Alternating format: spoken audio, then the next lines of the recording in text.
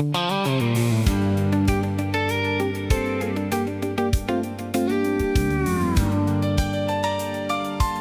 financed a continent-sized blunder with his wife's money, dragged 600 people through swamps and ambushes on a gold hunt that produced exactly 0 gold, and then had the audacity to get buried in the river he discovered. Welcome to Chapter 4, Warpath to the Mississippi with De Soto, where one overconfident conquistador turns cautionary tales from his predecessors into a slightly longer, bloodier cautionary tale of his own. From a Greek survivor's dagger turning up in an inland trade network to a secret rendezvous ship left waiting at port while the army marched deeper into disaster, the clues that this expedition was unraveling were everywhere, except apparently on De Soto's map. To understand why a man would sail across an ocean to park his ships in a flooded Gulf Coast mangrove swamp, the timeline requires a look backward, past the region's modern strip malls and massive retirement communities, to a stony corner of Spain called Extremadura. Hernando de Soto was born there around 1500 in a region where the primary exports were rocks, poverty, and aggressive young men looking for a way out. He departed for the New World as a teenager, reportedly possessing nothing but a sword, a shield, and a terrifying amount of motivation. By 1514, at the age of 14, he was in Castilla del Oro, modern Panama, learning the mechanics of conquest under Pedro Arias de Avila. It was here that De Soto found his aptitude, the logistical management of demographic collapse. He didn't work alone. He formed a universal partnership with Hernán Ponce de León, not the Fountain of Youth guy, the other one, and Francisco Compañón. This arrangement was essentially a joint bank account on steroids. They agreed to split all property and profits evenly. In the brutal economy of 16th century Nicaragua and Panama, profits were generated by the enslavement and sale of local natives. It was a grisly business model, but it funded the next step in De Soto's career, the hostile takeover of Peru.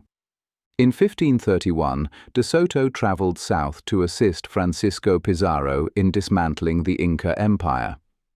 He proved highly effective at the application of violence, acquired an Incan noblewoman as a mistress, and walked away with a severance package estimated at well over 100,000 ducats.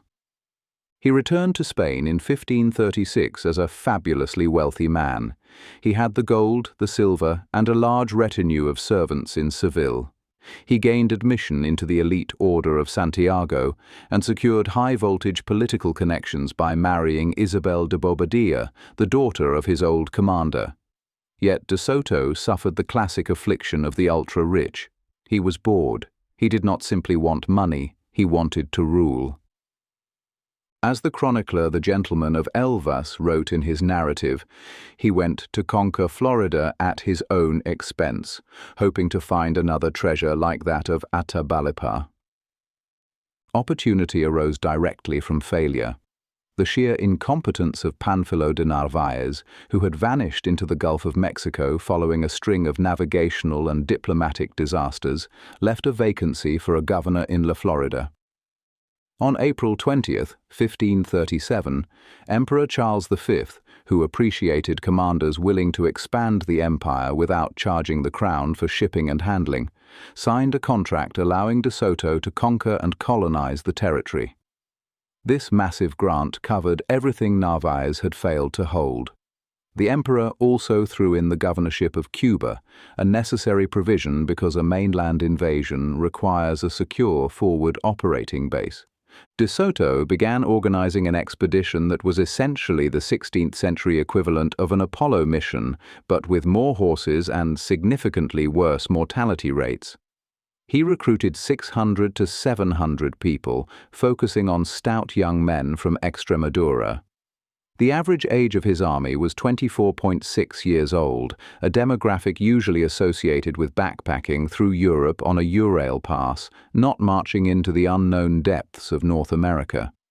To feed this mobile frat house, De Soto brought something revolutionary: pigs. The expedition carried a herd of swine to serve as a walking, self-replicating food larder. It was a brilliant tactical innovation, bacon that transports itself. Just before leaving, De Soto received intelligence from Cabeza de Vaca, a survivor of the Narvaez disaster who had just returned to Spain. Cabeza de Vaca refused to join De Soto's startup venture, but played a coy game of "I know something you don't know," hinting that Florida was rich while refusing to divulge details. This was the conquistador equivalent of a cryptic 5-star Yelp review with no text, and it drove De Soto's ambition into overdrive. The fleet departed Spain in April 1538 and stopped in Cuba to organize the final supply chains. De Soto spent an entire year there, dispatching scouts like Juan de Añasco to locate a harbor deep enough to hold them. Finally, on Sunday, May 18, 1539, the Armada left Havana. It consisted of 9 ships, 5 large vessels, 2 caravels, and 2 brigantines, leaving poor Isabel de Bobadilla behind as lieutenant governor to manage the island while her husband searched for gold. They enjoyed clear weather, a rarity in the maritime documents of the era. On Sunday, May 25th, the feast of Espiritu Santo, they sighted the low, white sand coast of Florida. They stood off the entrance to a large bay. De Soto, recognizing a branding opportunity, named it Puerto del Espiritu Santo. As the fleet anchored near present-day Longboat Key to navigate the tricky, silted channels of Tampa Bay, the water grew dangerously shallow. It measured less than 4 brazas deep, approximately 22 feet, and despite the expertise of both De Soto and his chief pilot, Añasco, 2 of the ships scraped the bottom. They ground against the submerged sandbars with a sound that must have panicked the lower decks. But they negotiated the shoals. The iron anchors dropped into the quartz sands and the massive wooden hulls swung heavy in the coastal current. The governor was very well pleased with the good disposition of the earth. The narrative of the expedition of Hernando de Soto by the gentleman of Elvas. De Soto's Florida, Gold, Ortiz, and First Mass. It is a peculiar hubris to look upon a land thick with humidity and hidden eyes and declare it your own. But that is precisely what Hernando de Soto did when he finally stepped onto the quartz sands of the Gulf Coast. He christened the bay Espiritu Santo, or Holy Spirit. The name implied a gentle divinity that stood in stark, ironic contrast to the massive invasion force he offloaded onto the beach. The army numbered over 600 souls, an unsettled demographic mix of soldiers, priests, and enslaved people. They were accompanied by 200 horses and a chaotic, squealing herd of pigs intended as a mobile buffet. The Spanish had arrived near Tampa Bay with the pomp of a parade and the subtlety of a sledgehammer. The local reception was, to put it mildly, frosty. This dynamic was entirely the fault of the previous management. The region remained saturated with hostility thanks to the earlier Narvaez expedition, which had passed through the area like a whirlwind of bad decisions and gratuitous violence. Narvaez had left behind a legacy of absolute psychopathy, engaging in kidnapping, betrayal, and gruesome disfigurement. He had personally sliced off the nose of the local chief, Uchita, to serve as a permanent breathing reminder of Spanish cruelty, and then he threw the chief's mother to the war dogs to be devoured. It was a campaign of terror that established a standard of brutality so high, so visceral, and so utterly devoid of humanity, you almost have to admire their commitment to rigid brand consistency. Naturally, Chief Uchita, who also went by the name Hirihigua, refused De Soto's diplomatic overtures and promised to fight to the last man. Stumbling into this diplomatic minefield, De Soto desperately needed a bridge across the cultural divide. He found it in the form of a ghost. Juan Ortiz was a nobleman from Seville who had seemingly returned from the dead. Captured a decade prior while searching for Narvaez, Ortiz had endured treatment that makes the Spanish Inquisition look like a stern HR meeting. He was nearly roasted alive on a wooden rack over coals in a barbecue explicitly designed for a party of one. When he was not on the coals, he was forced to run ceaseless marathons in the plaza while warriors used him for target practice. Beaten, slapped, and whipped, he survived only because the chief's wife and daughters pleaded for his life in a moment of high drama that predated Hollywood by 4 centuries. When De Soto's scout, Baltazar de Gallegos, charged a group of what he assumed were indigenous warriors, one of them held his ground. Sunburnt, tattooed, and naked, the man cried out in a tongue rusty from 11 years of disuse, "Do not kill me, cavalier, I am a Christian." It was a stroke of luck so improbable it bordered on divine intervention. Despite his initial struggle with Spanish vocabulary, Ortiz became the most valuable asset in Florida.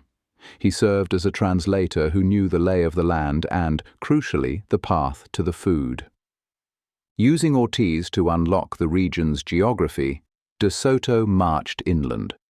He remained possessed by the memory of Peruvian gold, driven by fresh rumors of riches in a northern province called Appalachia. Turning his back on the coast, De Soto deserted any sensible plan to build a permanent colony and instead led his army north in a predatory sweep. They moved like locusts, seizing porters to carry burdens and raiding granaries to fill bellies. The expedition operated as a wandering city of steel and hunger, consuming everything in its path. By October 1539, the cooler winds of autumn herded them into the Appalachia territory, where they seized the town of Anhaica in the exact footprint of modern-day Tallahassee. De Soto, maintaining his tactical awareness, had previously sent Francisco Maldonado back to Cuba. Maldonado carried orders to return to a rendezvous point at Pensacola Bay, which they called Ochuse the following autumn. This move effectively kept the Gulf Coast supply line open while the main force pushed blindly into the continent's interior. The army occupied Anhaica for the winter of 1539 to 1540, eating the corn stored by the people they had just evicted. In this requisitioned village, wearing rusted chainmail that archaeologists would later dig up as proof of the trespass, the expedition celebrated the first Christmas Mass on the North American continent. The priests chanted the Latin liturgy, speaking of peace on earth and goodwill toward men, while outside the perimeter sentries watched the tree line for the rightful owners of the dinner the expedition was digesting.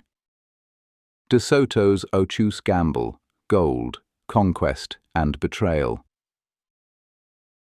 Greatness is a burden best shared, particularly when one is sweating through armor in the humid winter of 1539. The Spanish forces had just concluded the inaugural Christmas Mass on North American soil inside the stolen village of Anhaica.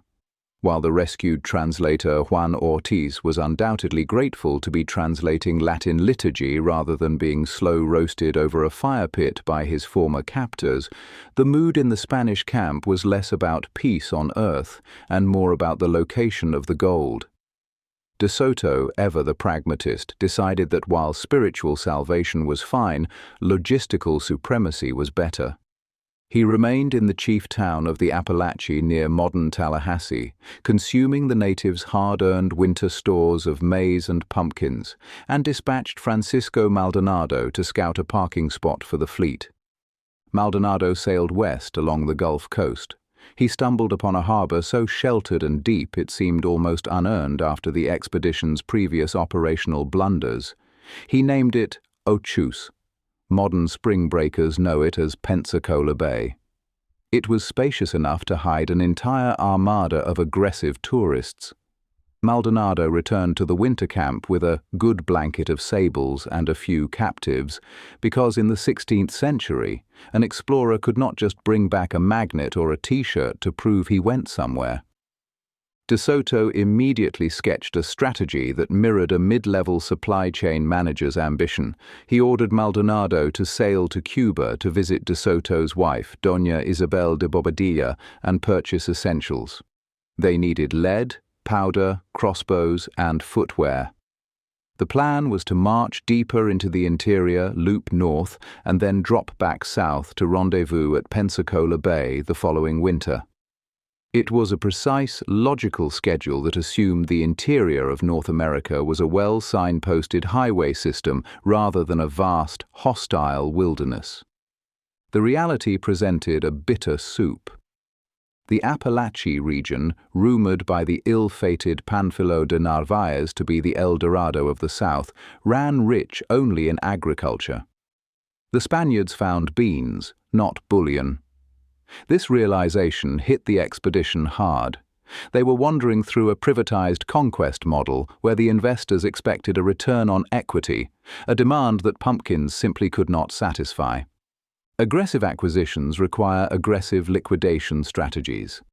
De Soto operated essentially as the CEO of a traveling looting corporation, and the expedition's conduct rapidly shifted from inquisitive to predatory. They did not carry enough supplies to survive independently. The itinerary was dictated entirely by the location of Mississippian storehouses. It was a simpler, bloodier time. When a captain needed a porter to carry his luggage, he did not hire a skycap. He placed an iron collar on a local dignitary and chained him to a line of other unfortunate souls. Violence was not merely a byproduct of the march. Violence was the engine. In a particularly grisly episode near Himahai, De Soto demanded the location of a local chief. The native captives refused to talk, displaying a loyalty that no wages could buy. De Soto burned one of them alive as an incentive. When the others remained silent, he burned them all. In other instances, he ordered the right hands and noses of captives severed. He sent the mutilated men back to their villages as a grotesque calling card. This was the version of civilization brought to the mound builders, a sophisticated society already rattled by the shockwaves of European disease and the worldview-shattering realization that armored men with primitive firearms were stomping through their cornfields. These native societies were complex, hierarchical chiefdoms. They possessed an elite class so well-fed and insulated from strenuous labor that they reportedly stood 2 feet taller than the average corn-fed commoner. It is a sobering reflection on the fragility of human organization to realize that an entire culture with its deep traditions, monumental architecture, and complex social strata could be utterly devastated by the arrival of 1,000 desperate Europeans and their pigs. On the other hand, being 2 feet taller than everyone else must have made it incredibly easy for the aristocracy to see over the crowd at concerts. Giants of Mabila, De Soto's clash with Tuscaloosa. That sheer physical disparity took a sharp psychological toll as the expedition stripped the Appalachee silos bare and began its march west toward the coastal rendezvous at Ochuse. Cabeza de Vaca, who had stumbled through this humid green hell years earlier, captured the mood precisely when he wrote that the indigenous warriors appeared at a distance like giants. This was no flourish of poetic license. The average 16th-century Spaniard stood about 5 feet, 2 inches tall, a stature that would struggle to see over the steering wheel of a Ford F-150 today. Confronted by Mississippian elites who benefited from a nutritional caste system that functioned much like a prehistoric CrossFit program, gorging on venison and riverfish, the starving and sun-baked invaders suffered severe feelings of physical inadequacy. When De Soto later tracked down Chief Tuscaloosa at Mabila, the contrast was almost comical. Tuscaloosa stood a full half-yard taller than the Spaniards. In a diplomatic gesture that immediately backfired, they offered the chief a horse to ride. Tuscaloosa was so massive that when he mounted the largest steed in the army, his feet reportedly dragged along the ground. He created the visual equivalent of a grown man riding a child's tricycle into battle. The fascination with massive indigenous rulers survived long past the anxieties of those early European explorers. I dropped my heavy backpack onto the sand to follow a remarkably similar thread in a worn copy of the History of Walton County. In 1861, Confederate soldiers belonging to the Walton Guards established Camp Walton at the base of a massive earthwork to guard the Santa Rosa Sound. Boredom is the mother of all amateur archaeology. It was not long before a soldier named John Love McKinnon and his comrades grabbed shovels to see what was buried inside the hill they were assigned to defend. They did not find gold. They uncovered a layout that McKinnon described as a great charnel house. The mound was packed with skeletons lying on their backs with hands crossed, all immediately deemed to be giants and warriors. McKinnon noted the bones belonged to massive individuals, and their skulls and limbs bore the marks of blunt force trauma. This indicated a violent end. The soldiers lacked any understanding of the Pensacola culture that actually built the mound between 850 and 1500 AD. They simply concluded that a single, exterminating battle had wiped out a race of titans, leaving the officers to be buried while the rank and file rotted in the bay. The excavation became a macabre tourist attraction for the camp, operating as a grim peep show of prehistoric violence that drew visitors from miles around. The scientific reality, identified years later by archaeologists, is that this mound served as the ceremonial and political center for a chiefdom that had abandoned the site long before Europeans arrived. It was a resting place for the aristocracy of the Mississippian world. It had nothing to do with the mythical battles conjured up by the Confederate imagination. Yet we cannot verify McKinnon's claims of giants with a ruler today. On April 1, 1862, Union troops shelled Camp Walton. Typically, artillery is used to fracture heavy fortifications. In this instance, it inadvertently performed a highly aggressive peer review of the archaeological record. The fire sparked by the shelling consumed the entire collection of bones and artifacts the soldiers had exhumed. The giants, having waited beneath the earth since the mound's abandonment around 1500, did not survive their second encounter with warfare. The legend of the Florida giants persists anyway, surviving the flames that turned the Camp Walton charnel house into ash. They remain tall and obscured in the haze of history, looking much like a blurry cryptid photo on a conspiracy forum. And as De Soto's army pressed deeper inland toward Alabama to hunt down those living titans, the Spanish would soon find that rumors and relics from earlier doomed expeditions were already circulating through the native trade networks. Teodoro's dagger, first Greek's final mystery. Those circulating relics from doomed expeditions offered a necessary distraction. Forgetting the looming shadows of Tuscaloosa and the giant skeletons of the Walton Guards is a difficult task, but does history belong only to the visibly large? Is it not also the property of the chemically clever? I had saturated my brain with the oversized legends of the Mississippian elite, leaving me with a desperate need to pivot from the physical to the cerebral. I tightened my laces, scant armor against the thorny scrubbing of the trail, and turned my attention to the singular case of Doroteo Teodoro. He was a Greek Christian whose ability to manipulate pine sap was apparently so profound it earned him an honorific usually reserved for men who own castles rather than caulking tools. Untangling the fate of America's first Greek expat demanded a mental detour back to the calamitous Narvaez expedition of 1528. It was a jaunt that makes the doomed polar explorations of the 19th century look like well-managed corporate retreats.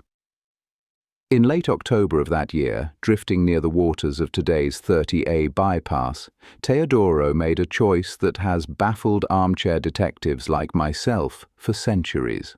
Driven by the primal madness of thirst, or perhaps the calculated realization that a raft made of horsehide and melting resin was essentially a floating coffin, he insisted on going ashore with an unnamed black companion. It was a gamble of monumental proportions. He looked at the collapsing expedition, smelled the rot of the sea, and decided to take his chances with the unknown interior. They vanished into the tree line, leaving nothing behind but ripples in the water and a gaping hole in the maintenance department. Whatever transpired in those woods remained a secret for 12 years, lingering as a silence as thick as the humid Gulf air. The mystery held until the glutton for punishment known as Hernando de Soto arrived in 1540. While marching through Piachi, a hilltop town in Alabama some 100 miles inland, de Soto was presented with a forensic smoking gun. The locals, perhaps weary of aggressive house guests, claimed they had killed Don Teodoro and a black. To prove it, they produced a dagger. De Soto immediately recognized the steel as belonging to the Greek. It is a grim irony of history that a man is often remembered less for his life than for the cutlery he leaves behind. There is a commemorative statue of Teodoro further down the Florida coast in Clearwater. Sunburned tourists typically surround it, completely unaware they are ogling a bronze casting of a 16th-century master chemist. The Chronicle of Luis Hernandez de Biedma suggests Teodoro and his companion stopped among these Indians, a phrasing that implies they did not die immediately. My personal conclusion is the artisan hypothesis. It posits that a man who knows the alchemy of turning pine trees into waterproofing is too valuable to execute on site. He likely became a compelled craftsman and captive engineer kept alive to repair canoes, treated as a highly useful curiosity in a chiefdom economy until his luck finally ran out. De Soto's Mabila ambush, 4-year entrada turns survival. The physical reality of Teodoro's steel dagger dismantled the romantic notion I had just cultivated about his long-term survival. It was a sharp punctuation mark confirming that the Greek's chemistry career had been permanently cut short by the locals. That revelation did not improve the expedition's mood. De Soto's men were already on a hair trigger, fueled by paranoia and the sinking realization that this new world was less a garden of earthly delights and more a sniper's alley with better foliage. Trailing De Soto's path abruptly shifts the narrative from a scavenger hunt to a collision course. De Soto, a man whose diplomatic strategy was essentially compliance or combustion, found himself facing a mirror image of his own aggression in Chief Tuscaloosa. Standing over 7 feet tall, the Mississippian elite physically loomed over his captors even while technically serving as their hostage. He promised De Soto porters and women waiting at the town of Mabila, a pledge that carried the exact sincerity of a timeshare salesman offering a free lunch. The location of Mabila remains an archaeological blank spot, a place that vanished as completely as De Soto's morals. It sat on a plain, surrounded by a palisade built as a feat of defensive engineering, thick posts plastered with mud and straw, sporting loopholed towers every 50 feet. It was a fortress masquerading as a village. When the Spanish vanguard arrived on October 18, 1540, they found the ground outside the walls strangely tidy. The locals had demolished their own suburban housing to clear the field of fire, the urban planning equivalent of cocking a pistol. The explosion was sparked by a moment of friction.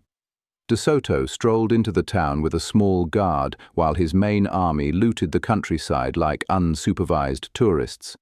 Tuscaloosa retreated into a house and refused to come out. When a Spanish captain, Baltazar de Gallegos, tried to seize a passing native, the man broke free. Gallegos responded by slashing off the man's arm, which is the universal signal for "let's do this." Suddenly, the houses erupted with arrows. The Spanish vanguard was chased out of the town, abandoning their luggage in a chaotic retreat that saw the loss of literally everything they owned. Mabila's defenders instantly captured the expedition's clothing, the 9 arrobas of freshwater pearls violently appropriated from the Lady of Cofitachequi, and the chalices, wine, and wheat molds required for saying Mass. The pearls were likely scorched into worthlessness in the ensuing hours, but the loss of the sacraments meant the expedition was now spiritually grounded. God, it seemed, was offline for the foreseeable future. De Soto rallied his forces for a counterattack and ordered the town set ablaze. The thatched roofs caught fire instantly, turning Mabila into a convection oven. The battle raged until nightfall, a gruesome grinding of gears where Spanish steel met native desperation. The carnage was absolute. The Spanish lost around 20 men and suffered hundreds of arrow wounds, but the indigenous cost was catastrophic, with thousands perishing in the fighting or the flames. Tuscaloosa's son was found lanced to death, and the giant chief himself likely vanished into the Inferno. The last defending warrior, finding himself alone on the palisade, unstrung his bow and hanged himself from a tree in the wall, denying the Spanish the satisfaction of a final kill. The aftermath was a grim tableau of survival. With all their medical supplies burned, the Spaniards resorted to a macabre form of recycling. They carved the fat from the bodies of the dead to dress their own wounds, a literal application of the enemy to the injury. They rested there for nearly a month, licking their grease-slathered wounds in a scorched wasteland. The greatest casualty, however, was De Soto's unchecked momentum. He had won the tactical exchange but engineered a strategic disaster. He was sitting merely 40 leagues from the coast at Ochus, today's Pensacola Bay, where his captain Francisco Maldonado was waiting with supply ships, letters from Spain, and a functional ticket out of the interior. De Soto knew that if his broken, pearl-less men saw those ships, the expedition would immediately dissolve. His pride could not digest the failure, so he simply swallowed the truth. He forbade the translator Juan Ortiz from ever speaking of the coast, choosing a secret, stifling silence that would forcefully drive the starving army deeper into the continent. De Soto's folly, Mississippi's fatal gold quest.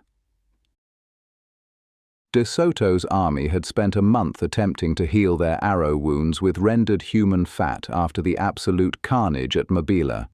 Now sitting just days away from a functional ticket home via the ships waiting at Ochus, the governor chose the path of most resistance. Historical chroniclers describe De Soto in this aftermath with the ominous vagueness normally reserved for Gothic fiction. He became a changed man. He ceased asking his captains for counsel, almost certainly because their unified counsel would have favored an immediate retreat to the coast. Facing widespread sentiment among his men to abandon the expedition entirely, De Soto reacted with sheer, obstructive stubbornness. He reasoned, or perhaps hallucinated, that a rendezvous with the supply ships would only guarantee a mutiny. With the logic of a gambler trying to win back a fortune by betting his remaining bus fare, he turned the army north toward Chickasaw in present-day Mississippi. He dragged his depleted force deeper into the interior, effectively holding them hostage to his own ambition. The expedition pushed steadily outward, and by May 1541, the wandering force hit a watery borderland that marked the beginning of the end.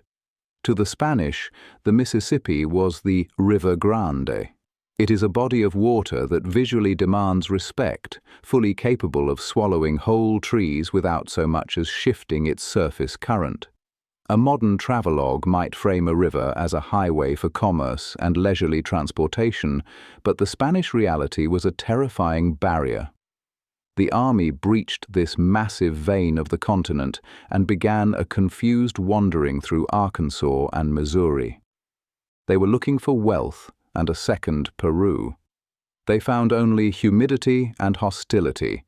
The traditional historical narrative relies heavily on the lens of the Spanish chroniclers, framing this phase as a heroic, tragic struggle against the elements by noble explorers beset by misfortune. A far more accurate view is that of a chaotic, flailing beast. The army thrashed blindly through the underbrush, spreading devastation to the great chiefdoms of the interior and permanently shattering the geopolitical structure of the southeast. That undirected thrashing continued until they hit the biting cold and mud of an Arkansas winter in 1541 and 1542. It was there, at a camp called Autiamque, that the expedition suffered a loss far more devastating than the pearls or the communion chalices destroyed at Mabila. Juan Ortiz, the expedition's only linguistic lifeline, died. Ortiz had survived the earlier Narvaez disaster, living among indigenous communities for a dozen years before De Soto stumbled upon him near Tampa Bay. He had acted as the vital cultural translator who could explain that approaching regional warriors were not presenting a welcome basket. Without him, De Soto greatly regretted the situation, a phrase that does very heavy lifting for the sheer terror of being struck deaf in hostile territory. The army was forced to rely on a captured boy from Cofitachequi who spoke a pidgin Spanish and was frequently misunderstood. This linguistic collapse led directly to a navigational strategy that can best be described as guessing and hoping for the best. The guessing abruptly ended when the governor proved to be entirely mortal. De Soto, the self-proclaimed child of the sun, succumbed to a swamp fever on May 21, 1542, near the banks of the Mississippi River. The man who had helped conquer the Inca Empire died not in a palace of gold, but on a straw mat in the Arkansas mud. The immediate aftermath was a macabre exercise in crisis management. Admitting an immortal god-king died of a local fever is ruinous for troop morale. His successor, Luis de Moscoso Alvarado, ordered a clandestine, weighted burial. Under the cover of darkness, troops sank De Soto's body into the deep, swirling currents. The child of the sun was now resting in the silt.